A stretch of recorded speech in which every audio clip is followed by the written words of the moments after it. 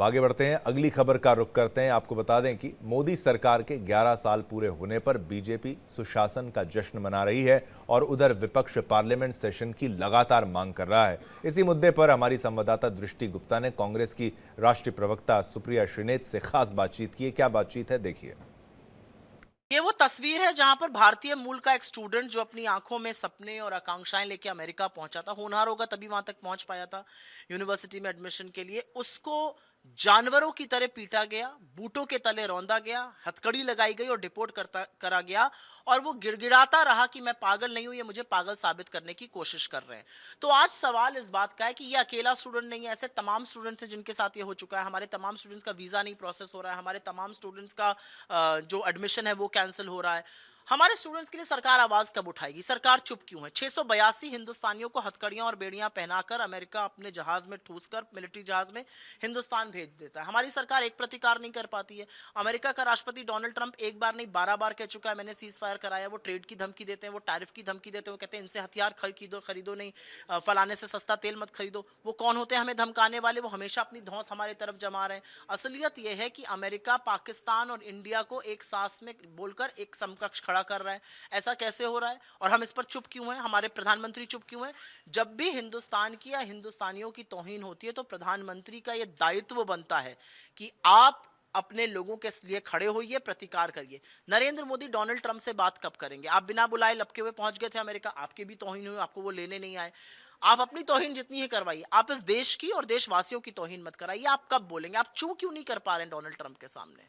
आप लोग हमेशा स्पेशल सेशन की मांग करते रहे हैं। हालांकि इस बार मानसून सत्र में उन्होंने कहा है, किरण रिजिजू का कहना है कि जिनको भी बात करनी है मानसून सेशन में आकर के बात करें। तो किस तरह के मुद्दे आप लोग सोच रहे हैं इस बार उठाएंगे? क्या पहलगाम का मुद्दा भी इसमें अहम रहेगा? मुझे लगता है जाहिर है जिस तरह के मुद्दे ये देश चाहता है उठाना हम उठाएंगे, लेकिन ये कितनी कायर सरकार है और ये सच से कितना भागना चाहती है और ये सच से कितना डरती है, उसका सबसे बड़ा प्रमाण है कि इन्होंने विशेष सत्र बुलाने की मांग को ठुकराया। 1962 हो, 99 हो, 2008 हो, बार बार विशेष सत्र सदन का बुलाया गया था। हमारी सेना आक्रामक थी, आपने सीज फायर कर लिया। सीज फायर की क्या कंडीशन थी? बहुत सारे ऐसे सवाल हैं जो लोगों के मन में हैं और इसीलिए जरूरी है कि आप सत्र बुलाते और देश को सच बताते। आपने विदेश में अपने डेलीगेशंस भेजे, देश को सच बताना आपने जरूरी नहीं समझा है, तो उसके बारे में कौन क्या करेगा? उन्होंने ये भी कहा है कि भले ही देशभक्ति का मामला हो या फिर कोई भी मामला हो, लेकिन कांग्रेस हमेशा सरकार के साथ रहने की बात करती है, लेकिन उससे अलग हट के काम करती है। इस तरह हम के देश के साथ हैं। मोदी जी देश नहीं है, भाजपा देश नहीं है। हम देश के साथ हैं और देश के लिए जो मुद्दे होंगे वो हम उठाएंगे। देश के मुद्दे बेरोजगारी हैं, महंगाई है, जिस तरह के फ्रॉड आपने किए इलेक्टोरल बॉन्ड से लेकर अडानी के साथ जो महाघोटाला किया वो है इस देश का मुद्दा। इस देश की अस्मिता है। इस देश का मुद्दा यह है कि आज एक भी बड़ा मुल्क हमारे साथ नहीं खड़ा है। बड़े बड़े मुल्क आज साथ खड़े नजर आ रहे हैं पाकिस्तान के। ये मुद्दे, आप देश नहीं है, आप सरकार हैं, आपसे सवाल पूछा जाएगा, ये लोकतंत्र है। हमें सवाल पूछने से कोई नहीं रोक सकता है। आपको ये बदगुमानी ना हो कि आप देश हैं। आप देश नहीं है, आप देश के एक प्रधानमंत्री हैं क्योंकि आप उस पार्टी से हैं जो सत्तारूढ़ दल है। आप देश से ऊपर नहीं है।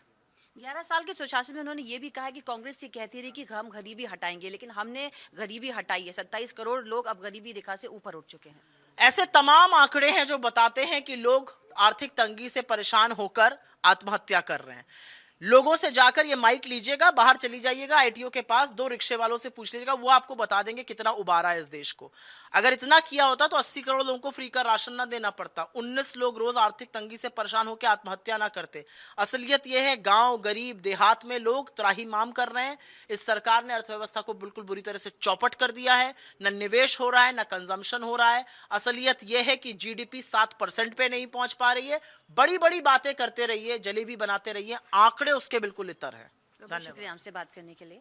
तो ये थी सुप्रिया श्रीनेत जी, जिन्होंने बताया कि सरकार के तमाम दावे और वादे कर ले, लेकिन कांग्रेस हमेशा विपक्ष की तरह खड़ी है। कैमरा मैन मृत्युंजय के साथ दृष्टि गुप्ता, इंडिया डेली, दिल्ली।